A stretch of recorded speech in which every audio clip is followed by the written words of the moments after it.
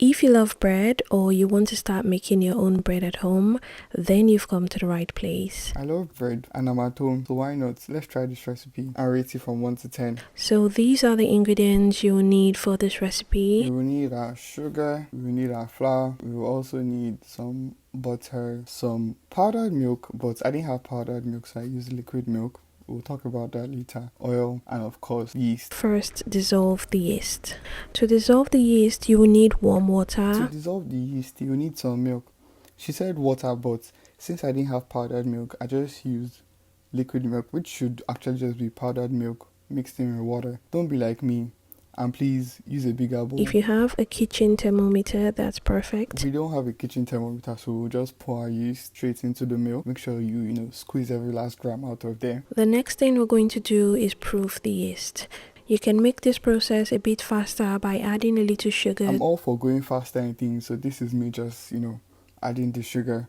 I think I put a little bit too much, but sugar is good, so no problem. I'll cover the yeast mixture and allow to sit for about 10 minutes. Whisk your yeast mixture and set it aside for 10 minutes. If you have a kitchen scale, that's even better. I'm going to give you the most precise measurements, especially for this recipe. I know some of you will be thinking that I don't have a scale, but would you look at that? I actually have a scale. So we are using precise measurements. After about 10 minutes, the yeast mixture should have bloomed like this. Nice job, team. Add the other ingredients. So you want to forget to put on your scale, then put it on. Add in your sugar, add in your salt, and just give it a little bit of whiskey business. Combine your white ingredients with your yeast. The only thing we won't be adding now is the butter and the oil. I'm going to take this to my stand mixer with the dough attachment. We are going to take this to our hand mixer with the finger attachment. Mix for about 1 to 2 minutes on the lowest speed until the dough comes together. Then increase the speed and knead for 5 minutes. Our hand mixer does not give us the opportunity to choose our speed, so we're just going to knead, and then when it comes together, we're going to dump it on the table.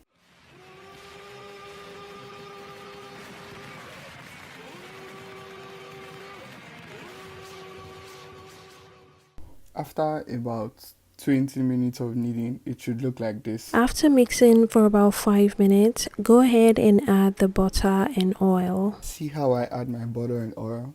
Very mindful, very classy, very demure. Continue kneading the dough for an additional 5 to 7 minutes until everything comes together. This is where the hard work begins. Now you have to knead your dough until it comes together and forms a smooth ball. I know some of you are familiar.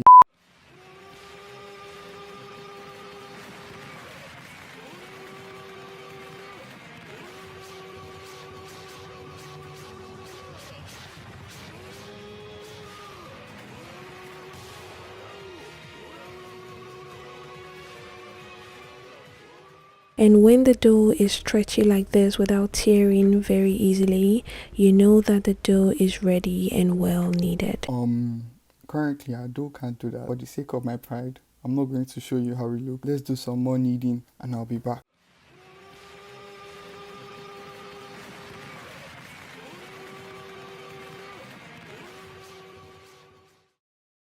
Nice job, team. Cover the dough with a plastic wrap. Slap your dough. Daddy, chill. Shape your dough and cover it in some plastic wrap. Put a smile on him and set him aside to rest for 1 hour. This is my favorite part. Punch in the dough to release the air bubbles formed while proofing. Unsheath your dough and give him a smackdown. Divide the dough into 2 equal pieces. Have a little fun with your dough and then divide them into 2 pieces. If the numbers on the scale don't look like they're the same, you're probably seeing things. To shape the dough, just roll and tuck like this. I've always wondered what cheese would taste like inside bread, so that's what I'm just doing here. I put some cheese in my bread and then you have to roll it really tight. So once you roll it tight, you put it inside your cake pan. Cover the pan and allow to rise for a second time. It should take about 40 minutes to an hour. Cover your dough and just let it rest for however long your patience will let you, and put it in the oven at 350 for about 20 to 25 minutes. This is what it looks like straight out of the oven.